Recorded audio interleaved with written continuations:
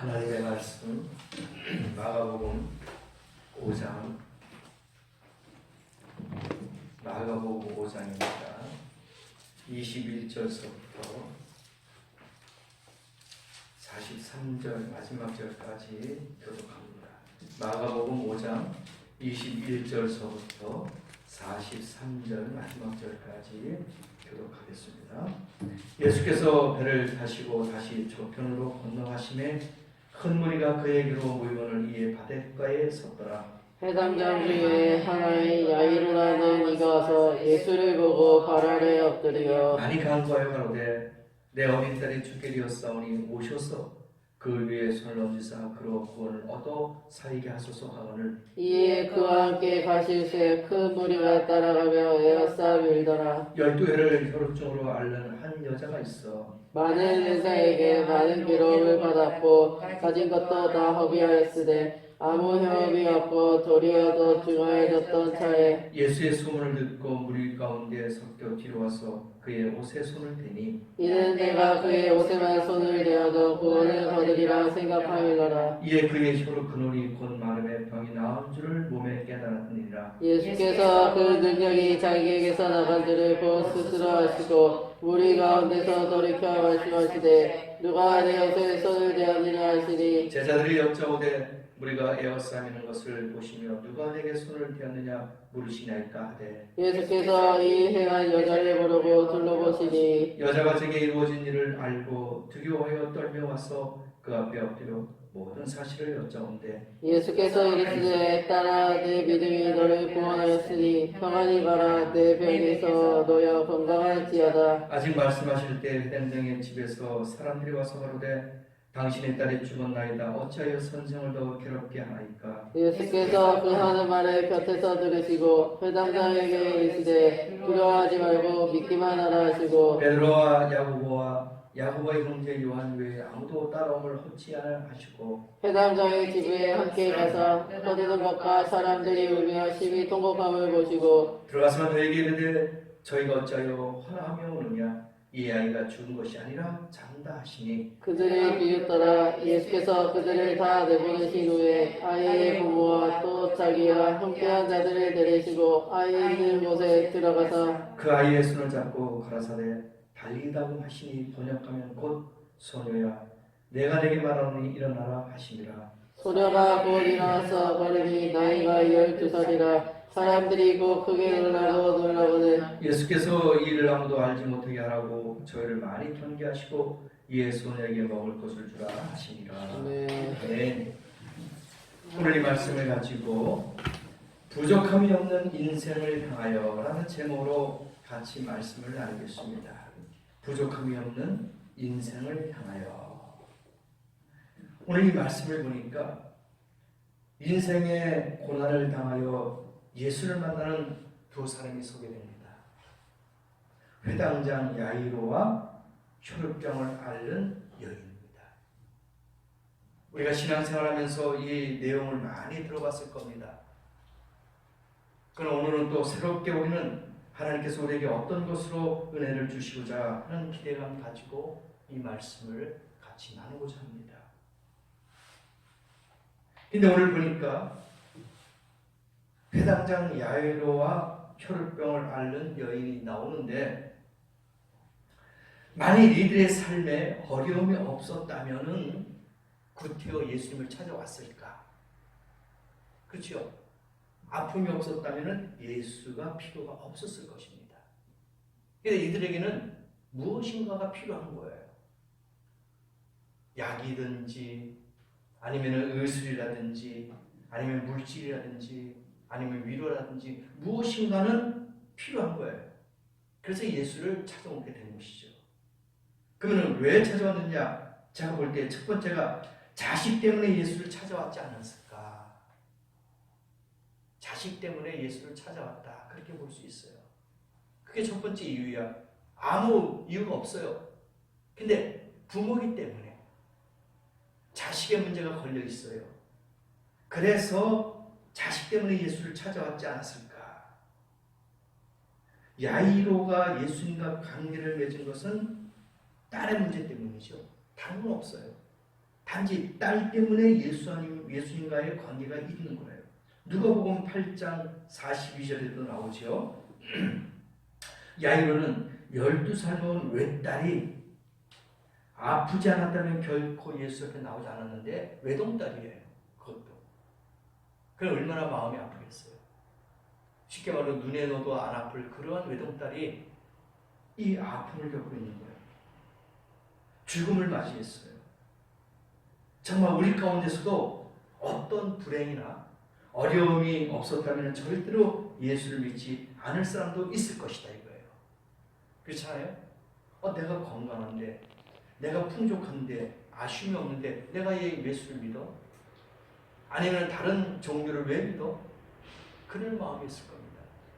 근데 사람의 심리가 무엇인가 아픔이 있고 고통이 있고 슬픔이 있으면 꼭 신을 찾습니다. 종교를 찾아요. 어떤 의지할 대상을 찾는단 말입니다. 근데 오늘 보니까 야이로는 누구냐? 회당장이에요. 야이로는 회당장. 회당장은 이스라엘 백성이 포로 기간 중에 흩어져 있을 때 성전이 없는 곳에서 성전을 대신해서 하나님께 예배드리고 신앙생활을 하기 위해서 모였던 장소가 회당.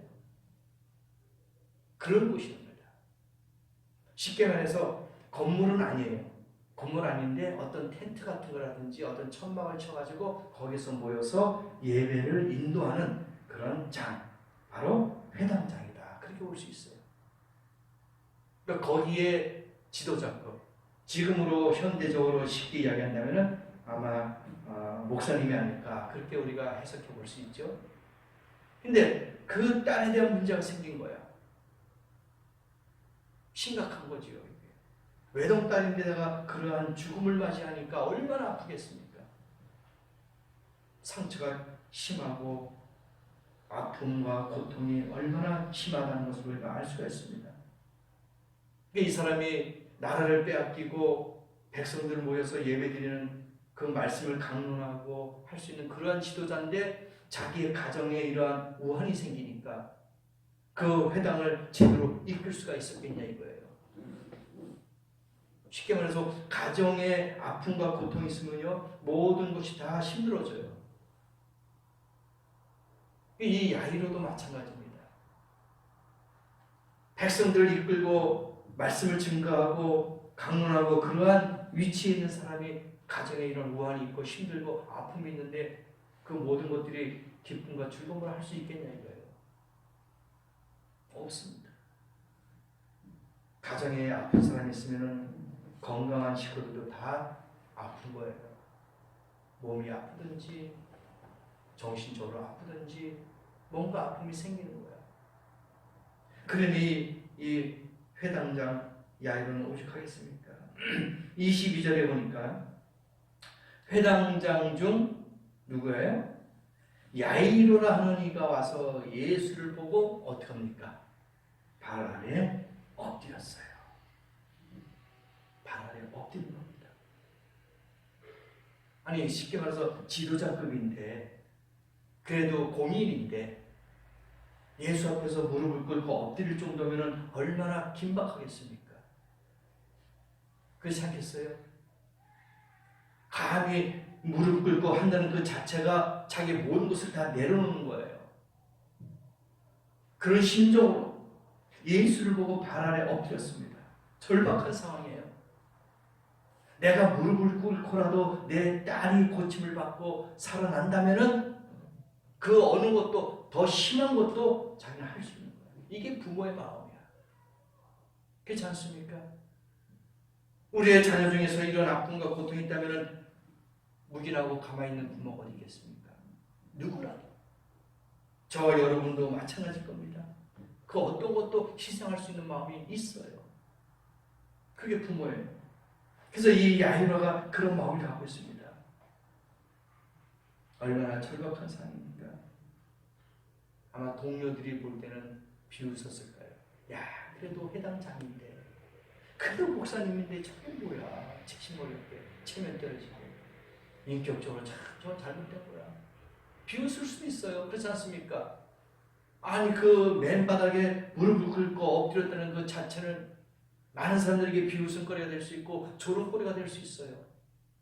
그래도 장인데 어떻게 저럴 수 있느냐고 조롱할 수 있었습니다. 그러나 야이로는 주변 사람들의 그 시선 어떻게 평가하느냐에 따라서 움직여진 것이 아니에요. 이건 생사의 문제가 달려 있어요. 다른 사람의 생각과 그 말들을 생각할 겨를이 없어. 일단 내가 중요한 건데, 내가 지금 긴박한데요. 이거 아니면 안 되는 거야. 지금 예수 앞에 내가 무릎을 꿇지 않으면 안 되는 상황이란 말입니다. 우리의 삶 가운데서도 마찬가지예요. 지금 이 시간에 우리가 주님 앞에 무릎 꿇지 않은 그런 상황이 생긴다면 꿇어야 된다 이거죠. 이런 야이로 같은 긴박한 상황이 있다면 우리도 예수 앞에 무릎을 꿇어야 되는 거예요. 무릎을 꿇는다는 게 뭡니까? 비굴해서요? 아니에요. 아부하고 아첨하기 위해서 아닙니다. 이건 겸손한 거예요. 내가 주님 당신을 의지합니다. 당신에게 간절히 부탁합니다. 이런 것이지 내가 비굴하고 내가 치사해서 아부 떨면서 무릎을 꿇었다. 그게 아니잖아요. 당신을 의지합니다. 당신의 능력을 믿습니다. 나를 불쌍히 여겨주시옵소서. 겸손의 표시란 말입니다. 여러분도 어떤 위치에 있든지 이러한 야이로 같은 긴박한 상황이라면 주님 앞에 무릎을 꿇는 성도 되길 원합니다. 이건 부끄러운 게 아니에요. 비굴한 게 아닙니다. 예수를 더 높이 우리가 올려드리는 거예요. 이걸 예수님께서는 원하신 겁니다. 23절에 많이 간 거예요. 그런데 내 딸이 죽게 되었사오니 이제는 사형 선고를 받은 거예요. 그러니 오셔서 우리 딸에게 손만 얹어주세요. 다른 게 아니잖아요. 뭐 약을 필요하니 어떤 약을 주세요. 이게 아니잖아요. 그냥 손만 올려달라. 그래서 그가 구원을 얻게 살게 하라. 이거예요. 그러니까 주의 종이 손을 놓고 안수하는 것은 예수를 통해서 하나님 말씀을 통해서 치료가 되는 거예요. 그 주의 종이 능력이 있어서요? 아닙니다. 안수할 때에 하나님이 그 안수의 손을 통해서 기적을 베풀어 주신다 이거예요. 치료를 베풀어 주신다 이겁니다. 그래서 주의 종이 안수하는 것은 정말 귀하게 받아들이는 거죠. 왜? 예수님 앞에 이 야이로가 그랬잖아요. 와서 손만 옮겨요. 손만. 다른 거 필요 없어요. 돈도 필요 없고 약도 필요 없고 어떤 주문도 필요 없어요. 그냥 손만 얹고 구원시켜달라. 살려달라 이겁니다. 대단한 믿음 아닙니까? 오늘 이런 믿음 우리에게 있을까요? 주의 종이 머리에 손에 안수할 때에 내 질병이 고침을 받을 것이다. 내 죽을 병이 치료받을 것이다. 내 육체의 아픔이 치료받을 것이다. 내 가정의 문제가 해결될 것이다. 내 경제적인 문제가 해결될 것이다. 이런 믿음을 갖고 있냐 이거예요. 그런 믿음이 있을 때 기적이 나타날 줄 믿습니다. 야이로는 매달린 거예요. 딸을 위해서. 야이로는 절박하게 주님께 매달렸습니다. 자존심, 체면, 안중이 없었어요. 내 딸만 살면은, 내 딸이 살아난다면은 그 어떤 것도 나는 다 포기하고 내려놓을 수 있다. 이런 마음이었을 거예요. 주위의 소리가 들리지 않습니다. 딸만 살아난다면은, 고침받는다면은 내 체면, 내 위치 다 내려놓겠다. 그런 심정으로, 절박한 심정으로 예수를 부탁한 겁니다. 딸의 아픔이 야이로가 예수를 만나게 된 계기가 된 것인 줄 알 수 있습니다. 그에게 시작되는 새로운 삶의 행진을 보세요. 24절 한번 보십시다. 뭐라고 나옵니까? 이에 그와 함께 가실새 큰 무리가 따라가며 에워싸 밀더라. 예수를 만나 예수님과 함께 걸어가기 시작했어요. 여러분의 인생 가운데 주님과 함께 걸어가고 동행하는 삶이 되길 원합니다. 주님과 동행하면 돼요. 예수님과 동행하면 기적이 나타납니다. 예수님과 동행하면 축복이 돼요. 혼자 간 게 아니에요. 분명히 본문 말씀 그랬잖아요. 그와 함께 가실세. 여러분의 인생에 주님이 함께 하길 원합니다. 여러분의 발걸음에 예수님이 함께 하길 원합니다. 그게 복이에요. 그게 기적입니다. 그런데 함께 걸어가기 시작했는데 아직까지는 놀라운 사건이 벌어지지 않았어요. 일단 함께 갑니다. 야이로가 보세요. 예수님이 자기 집에 함께 걸어가는 그 자체만이라도 얼마나 흥분되고 얼마나 능력 있고 얼마나 마음에 뿌듯하겠습니까? 위로가 되는 거야. 야, 드디어 예수님께서 나와 함께 우리 집에 가시는구나. 이거 하나만 갖고도 위로가 되는 거야. 일단은 자기 딸이 고침받고 안 받고는 떠나서 첫 번째는 예수님과 함께 자기 집을 향해서 간다는 것 자체는 자기의 큰 위로예요. 그렇지 않습니까? 일단 동행은 해야 되니까. 이게 큰 위로예요. 내가 복을 받고 치료받고 안 받고를 떠나서 예수님과 함께 그 같이 동행하는 삶을 한다는 것 자체는 나에겐 큰 축복이라는 얘기예요. 이거다. 이거야. 이게 위로가 되는 겁니다. 이거 하나만으로 충분히 흥분하는 거예요. 일단 시작은 됐잖아요. 일단 주님과 동행을 하잖아요. 여러분도 이런 믿음 갖고 주님과 동행하는 삶이 되길 원합니다. 매일매일 이 야이로와 같이 일주일 동안도 예수님과 함께 동행하는 삶이 되기를 원합니다. 그 다음에 동행만 했다면 그 다음에는 벌써 결과가 나오잖아요. 동행하시기 바랍니다. 동행하시기 바랍니다. 예수께서 나와 함께 동행하여 주신다는 사실 하나만 갖고도 행복하고 감격스럽다는 얘기입니다. 이것 하나만 갖고도 찬양하기에 충분한 이유가 됩니다. 그렇죠? 삶이 즐거운 거야. 그냥 찬양과 기도가 막 나와요. 왜? 주님이 나와 함께 하시니까. 그거 하나만 갖고도 기쁜 거예요. 그런데 주님과 함께 가는 도상에서 일어나는 사건을 한번 보십시다. 야이로와 함께 가시던 도중에, 아직 야이로의 집에 도착 안 했어요. 가는 도중에 누구를 만납니까? 혈루증을 앓던 여인을 고쳐줘요. 가는 도중이에요. 지금. 많은 무리와 같이 예수님과 막 몸이 밀치고 가고 있는 상태야. 근데 가는 도중에 혈루증을 앓던 여인을 고칩니다. 그러니까 예수님과 동행하는 그 자체만으로도 기적이 나타난다는 거예요. 이게 우리 삶에 적용이 돼야 돼요. 야이로는 이 사건을 보면서 교훈을 얻기보다는 낭망에 빠지게 되었습니다. 왜 그런지 아세요?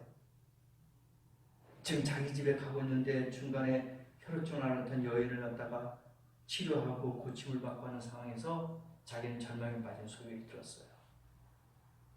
네? 야, 이제 틀렸구나. 자기 딸을 고치려 하는 예수님을 믿고 의지하고 기쁘고 즐거운 마음으로 감동받은 그 마음을 가고 있는 중에 비밀을 들은 거예요. 35절에 뭐라고 나옵니까? 아직 말씀하실 때 회당장의 집에서 사람들이 와서 그러네. 어떻게 당신의 딸이 죽었나이다. 죽었어요.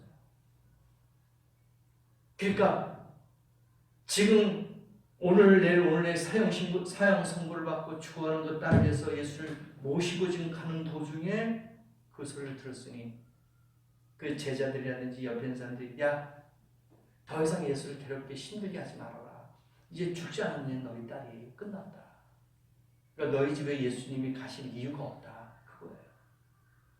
그 괴롭히지 말아라 이거예요. 왜? 살아있을 때는 아직까지 숨이 붙어있을 때는 예수님이 가서 손만 얹어도 고침을 받고 치료받겠다는 걸 알았는데 이제는 중간에 가는 길에 그 소리를 들어서 죽었다는 소리를 들었으니까 아하, 이제 틀렸다. 사람이 죽었으니까 더 이상은 끝났다. 왜? 자기네들이 죽었던 사람이 다시 살아나는 자체는 인정을 못하고 받아들일 수 없는 거예요. 우리도 그렇잖아요. 지금 사람이 죽어있는데 갑자기 살아난다? 이건 뭐 귀신이 고칼로리라서 얘기하는 거예요. 말이 안 돼요. 진짜 귀신이 고칼 노릇이야. 끝났다. 그러니까 선생을 더 이상 괴롭게 하지 말아라. 바로 이 말씀이에요. 35절. 왜 괴롭게 하니까 선생님? 가지 마세요. 이제는. 죽었어요. 끝났습니다. 근데 어떻게 합니까? 36절에 그 하는 말을 곁에서 들으시고, 그러니까 그 집에서 나온 사람이 회당장 야이로에게 이야기하는 소리를 예수님이 옆에서 들었어요. 대화하는 소리를 듣고 예수님께서 뭐라고 하십니까? 회당장에게 이야기합니다. 두려워하지 말고 믿기만 해라. 왜? 예수님이 하나님이시니까 벌써 알고 계시는 거예요. 두려워하지 말아라. 염려하지 말아라. 위로의 말씀을 주시는 거예요. 너는 포기했지만, 너는 좌절했지만은 예수님이 보실 때는 나는 아직 아니다. 나는 아직 가지도 않았다. 나는 아직 가서 손도 안 올려놨다. 내 할 일은 남아있다는 뜻이 아니겠습니까, 이게? 우리의 인생에서 포기할 게 얼마나 많이 있습니까? 이것도 포기하고, 이것도 포기하고, 이것도 좌절하고 다 내려놨어요. 아, 이제 틀렸다. 할 때 예수님이 일하실 때가 바로 그때인 줄 믿습니다. 내가 모든 걸 내려놓고 포기할 때 그때가 하나님이 역사할 때라는 얘기예요. 야이로가 포기하고 그의 집에서 온 모든 사람들이 다 포기하고 내려놨을 때 그때 예수님이 이제 일을 시작할 때야. 살아있을 때까지는 예수님이 일할 때가 아니야지.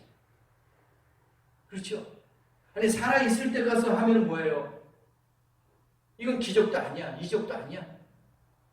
죽어서 살아나야지만이 그게 인정받는 거예요. 그러니까 이제 죽었어요. 이때까지는 주님의 때가 된 거예요. 만약에 가서 살아있는 상태에서 안수하여 치료받았다면 별 감동이 없어요. 효과가 없어요. 근데 이제는 죽었으니까 의학적으로 과학적으로 뭐 의술 모든 걸 다 포기한 상태고 끝났으니까 이제 그때서야 예수님이 하시는 거예요. 여러분의 인생 가운데서도 포기할 때가 있죠. 내려놓을 때가 있습니다. 바로 그때 하나님의 역사하는 시간인 줄 믿습니다. 그때도 믿음을 갖고 계셔야 돼요. 두려워하지 말아라. 염려하지 말아라. 믿기만 하라는 거예요. 믿어라, 믿어라. 예수께서 회당장 야이로의 마음을 읽으셨어요. 죽었으니까 회당장님 이제 포기하세요. 당신 딸이 죽었습니다. 이제 예수를 더 이상 집에 모시고 갈 이유가 없습니다. 하고 끝났다. 하고 그렇게 이야기한 거예요. 예수님이 그 마음을 알아요. 그 심정이 어떤지. 야이로가 아마 털썩 주저앉았을 거예요. 다리에 힘이 다 풀리고 털썩 주저앉아가지고 끝났다. 더 이상 예수님을 우리 집에 모실 이유가 없구나. 살아계셨을 때 가서 안수 좀 부탁해야 되는데 이제는 우리 딸이 죽었다고 하니까 틀렸구나 이제. 그렇잖아요. 죽었던 사람이 살아난다는 것은 상상하지도 못하고 꿈에서도 할 수 없는 일이니까 이제는 장사해야 되겠구나. 그 생각만 하고 있었을 겁니다. 제가 볼 때는 아마 야이로는 예수님에게 푸념도 했을 것 같아요. 그렇잖아요? 예수님, 당신이 빨리 우리 집에 가기만 했으면은 그래도 조금이라도 우리 딸이 살아있을 때 목숨이 조금 붙어있을 때라도 갔으면은 좀 위로가 되고 뭔가 좀 기대를 했어야 되는데 아니 가는 도중에 글쎄 혈우증을 앓았던 여인을 치료하고 막 하니까 시간이 지체됐다는 거예요. 그러니까 야이로는 아마 성경에 기록이 되어 있지 않겠지만 막 예수님께 좀 푸념도 하고 따지고 그냥 뭐 하소연도 하고 여러 가지로 했을 것 같아 제 생각에. 아니 예수님 빨리 갔으면은 조금이라도 좀 재촉했으면은 우리 딸이 살아있을 때였으면 얼마나 좋았습니까? 죽든 살든 살아있을 때 일단 갔으면은 그런 마음을 위로를 받을 건데 그 아픈 사람 여자를 치료해주고 군중에 밀려서 막 좌로 막 흔들리고 시간이 지체했으니 우리 딸이 죽지 않았습니까? 하고 아마 통곡하면서 예수에게 푸념했을 것 같아요. 저 같아도 그랬을 것 같아요. 예수님 빨리 가십시다 하고 재촉하고 막 가야 되는데 중간에 치료해주고 막 사랑하고 대화하고 막 하니까 얼마나 원망스럽겠습니까? 그래서 예수님께서 그 마음을 아신 거예요. 두려워 말아라. 야이로야, 두려워하지 말고 믿기만 해라. 믿기만 해라. 여기서 우리가 깨달아야 할 교훈이 있습니다. 주님과 동행하는 삶에도 고통이 있구나, 아픔이 있구나, 슬픔이 있구나 이거예요. 그렇죠? 우리가 예수를 믿어도 다 화평하고 평안한 것만 아니잖아요. 예수를 믿어도 슬픔이 있고 아픔이 있고 고통이 있어요. 예수님과 어떤 동양 삶을 살아도 이 야이로처럼 이렇게 슬픔의 소리를 듣는다니까요. 이게 교훈이 우리에게 또 주시는 하나의 교훈. 좌절하고 두려움이 닥칠 때가 있어요. 왜 없겠습니까? 이는 주님이 우리 곁을 떠나셨기 때문이 아니라 우리를 훈련시키시고 믿음을 가르치시고 온전히 하나님만 바라보라 하는 그런 뜻이 담겨 있는 거예요. 만약 이런 아픔과 고통과 시련과 위험이 없으면 예수를 의지했겠냐 이거예요. 안 합니다. 근데 이런 아픔과 고통과 슬픔이 있으니까 그래 이렇게 됐으니 너 나를 의지할 수 있겠느냐? 나를 믿을 수 있겠느냐? 하나의 시험 과정입니다. 그것을 이길 때만이 좋은 결과가 나와요. 극복합니다. 운동선수가 땀을 막 흘립니다. 힘들게 막 해요. 메달 향해서 달려갑니다. 근데 그 힘들고 땀 흘리고 막 괴롭고 어제는 죽고 싶은 심령인데 포기합니까? 아니에요. 메달을 향해서 달려갑니다. 힘들어도 포기하고 싶어도 달렸는데 그 달리는 사람들이 얼마나 힘들겠습니까? 포기하고 싶죠. 주저앉고 싶죠. 그런데 메달을 향해서 달려가는 거예요. 우리가 예수를 믿으면서도 힘들고 어려울 때가 얼마나 많이 있습니까? 앉고 싶어요. 누워 싶어요. 예수님 조금만 시간만 주세요 하고 지체하고 싶어요. 근데 그것을 이길 때만이 우리에게 좋은 영광이 나타나요. 야이로가 바로 그거예요. 회당장 야이로 이 볼 때 그도 예수를 믿고 따라갈 때 얼마나 힘들고 어려움이 있었겠습니까? 근데 예수님께서는 그 마음을 아시지 않습니까? 인간의 머리로는 도저히 이해되지 않는 뜻밖의 상황에서도 낙심하지 마시길 바랍니다. 이건 아니다. 내가 포기한 그 상황에서도 낙심하지 마십시다. 주님은 함께 하실 거예요.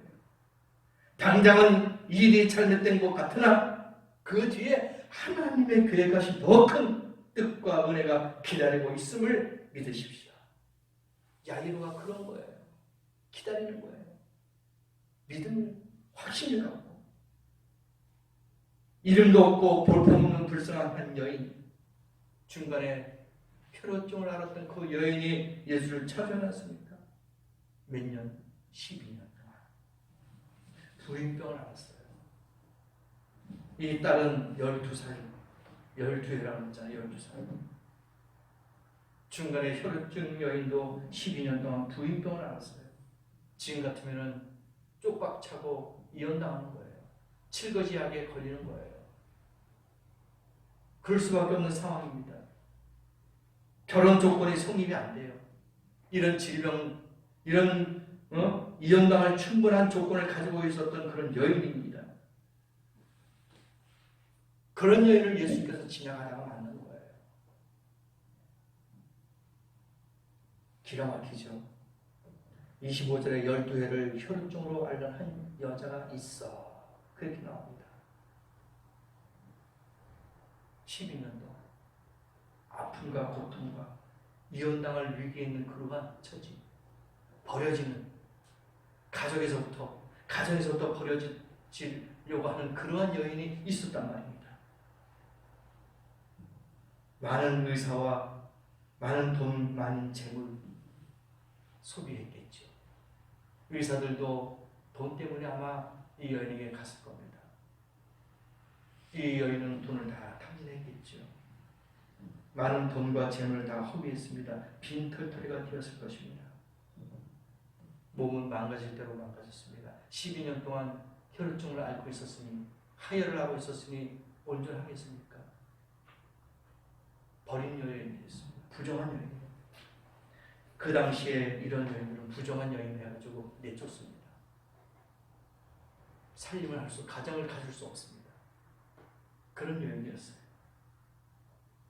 그래서 그 여인은 이제는 그 병을 핑계 삼아 그 병을 지팡이로 의지해서 살아갈 만도 했을 것입니다. 그런데 그 여인 모든 걸 다 내려놓고 다 포기했어요. 그리고 예수가 지나간다는 그 소리만 듣고 의지했던 겁니다. 야이로하고 똑같은 거예요. 그는 의지할 게 아무것도 없었어요. 이제는 다 포기하고 다 내려놨습니다. 그러니 여인은 뭐야? 내가 제 예수님만 한 번만 좀 붙잡으면 내 소원을 들어주겠지. 내 아픈 곳을 좀 어루만져 주겠지. 그런 믿음을 갖고 나간 거예요. 그러니 보세요. 사람들이 여기에 보니까 많이 밀렸다 그랬잖아요. 사람들이 막 엎치락 뒤치락하고 막 밀려가는 거예요. 네? 사람들이 많이 몰렸다 그랬습니다. 군중들이 막 밀려가요. 그래 누가 부닥쳤는지 누가 손을 댔는지 누가 알아요. 그냥 지나가다가 막 부닥치다가 그냥 한 거지. 예수님 그 여인의 마음을 또 읽었다는 거예요. 야이로의 마음을 읽었듯이 이 여인의 마음을 읽은 거예요. 긴박한 갈급한 상태에서 누가 내 몸에 손을 댔다 이겁니다.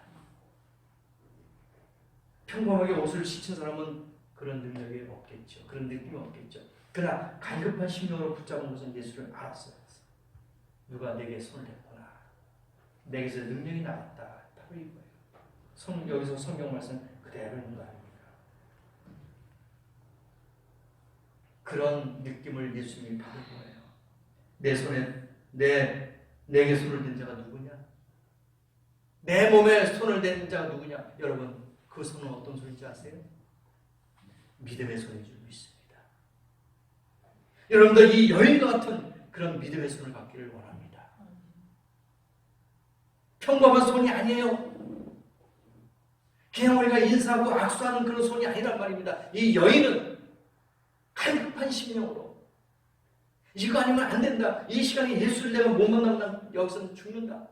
이런 갈급한 마음으로 믿음의 손을 예수 앞에 댔던 거예요. 여러분들 이런 손이 오늘 이 아침에 예수 앞에 다가가기를 주의로 축원합니다. 예수 앞에 손을 댄 거예요. 이게 그냥 평범한 손이 아닌 확신과 믿음의 손이란 말입니다. 의지하는 손이란 말입니다.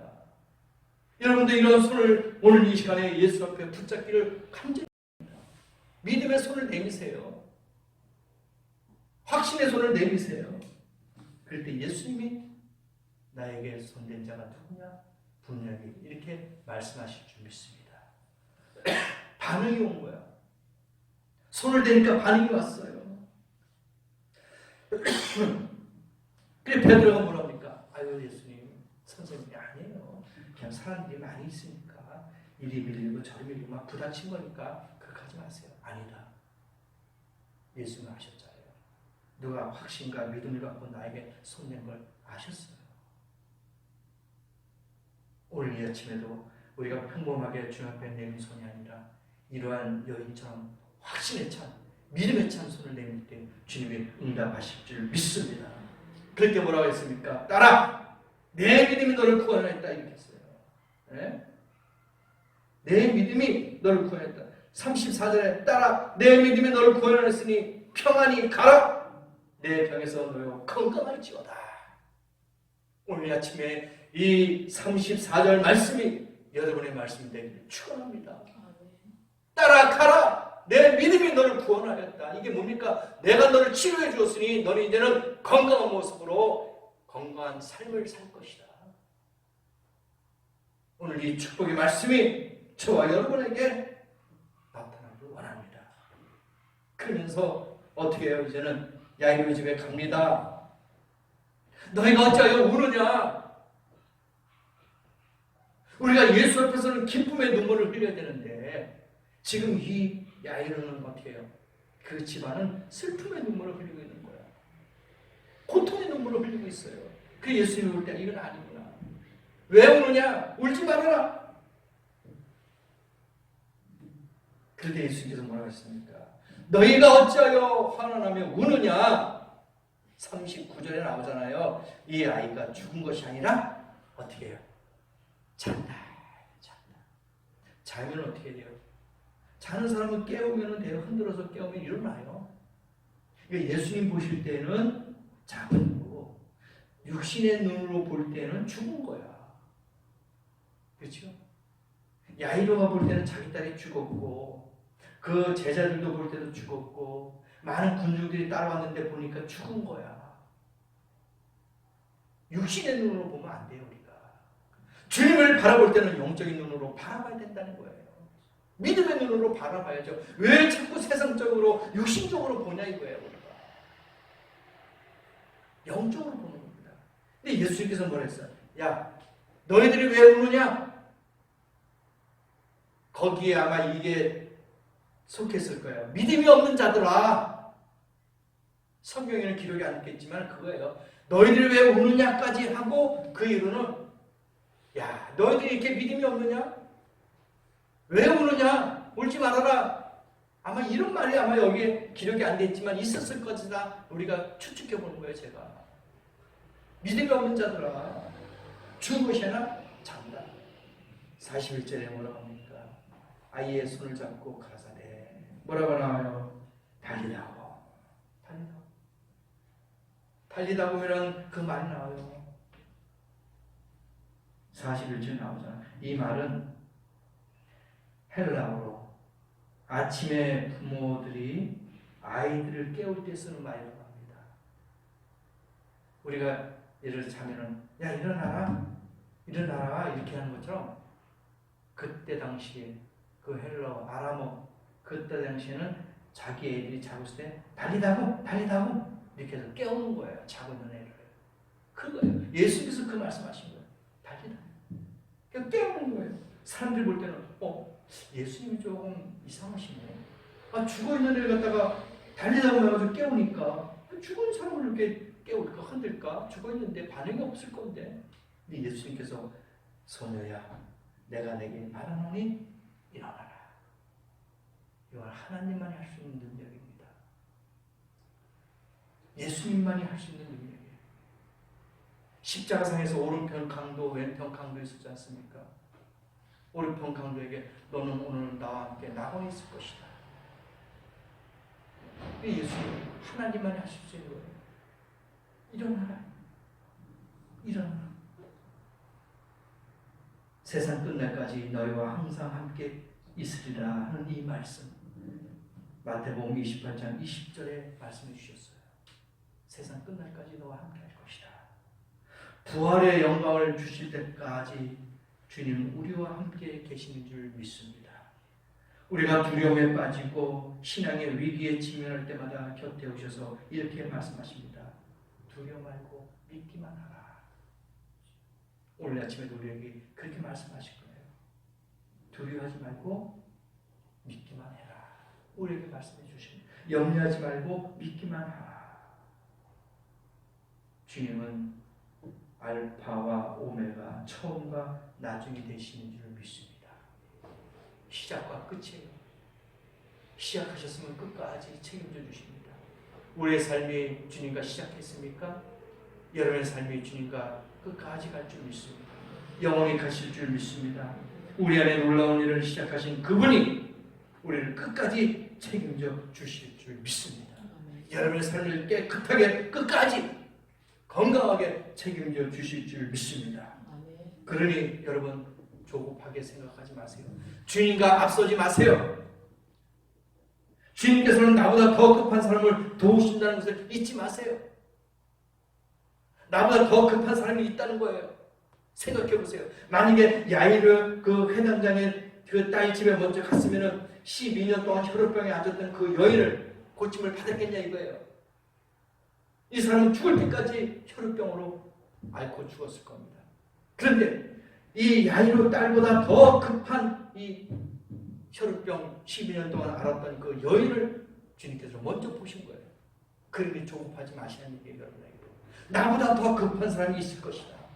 주님이 나에게 오시는 과정에 누군가 또 치료를 받고 도움을 받을 수 있는 사람이 있을 것이다. 이렇게 생각하시라 이거예요. 조급하게 생각하면 안 된단 말입니다. 주님께서도 오시는 과정에서도 이웃에게 주시는 축복이 있다는 얘기입니다.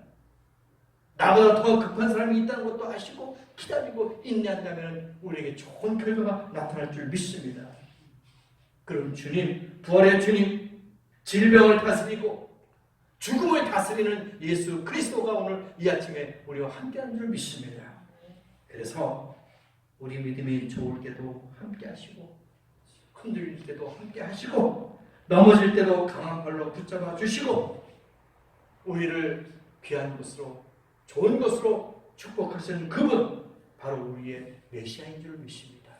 오늘도 그러한 치료의 주님, 능력의 주님, 회복해 주시는 그 주님을 만나는 복된 주일이 되시고 일주일 동안도 주님과 동행해서 야일과 같이 또 이 혈우병을 앓았던 그 여인처럼 치료받고 고침받아서 하나님께 감사할 수 있는 영광 올려드릴 수 있는 축복된 성도가 되시기를 예수님의 이름으로 간절히 축원합니다. 기도하시겠습니다.